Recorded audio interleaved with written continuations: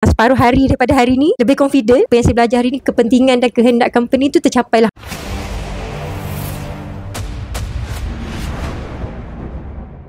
Sebelum datang kelas, kita tak tahu hala tuju kita ke mana. Ada sistem, kita ada step by step untuk kita buka sistem.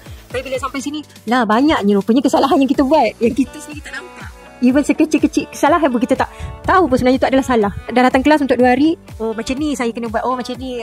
So kita dah tahu proses kita. Dan benda ni memudahkan untuk kita connect. Ada harapan yang besar untuk kita boleh dapat sesuatu tender. Company kami dia lebih mengutamakan kepada sublimation baju. Kita ada produk kita sendiri dan kita ada kilang kita sendirilah di Kelantan. First, saya dapat offer EP punya kelas. Saya masih tak tahu apa-apa pasal EP. Yang kita tahu cuma masuk tender, EP, okay submit. Itu saja yang kita tahu. Okay, bila dah datang kelas hari ni, untuk separuh hari yang saya dah ada dalam kelas hari ni, saya dah nampak, okay selama ni apa yang aku buat, ada yang kita nak buat, tapi kita tak terluah, tak tercapai untuk apa kita nak sampaikan. Apa yang Puan Aida bagi tahu, kita dah nampak keyakinan kita. Okay, saya dah tahu point saya dah tahu saya perlu guide tim sales, saya perlu guide semua tim yang melibatkan EP untuk lebih efisien dalam tender ataupun sebuah harga ni lah. Bagi saya kod bidang ni penting. Bila kita nak apply sesuatu tender ataupun sebuah harga, pembelian terus di dalam perolehan, kod bidang adalah benda yang paling penting sekali. Kalau tak ada kod bidang, susah untuk kita nak dapat tender ataupun sebuah harga lah. Profile company dan katalog. Katalog adalah perkara asas dan penting untuk kita tentukan sesuatu produk di dalam company. Kalau tak ada katalog, kalau tak ada item, apa yang kita nak keluarkan dalam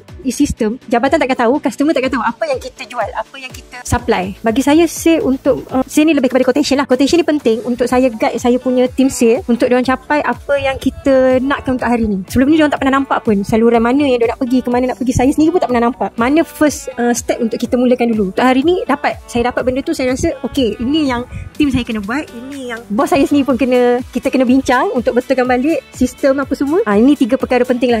Berbaloi sangat untuk 2 hari ni. Kita balik siapkan 17 tas.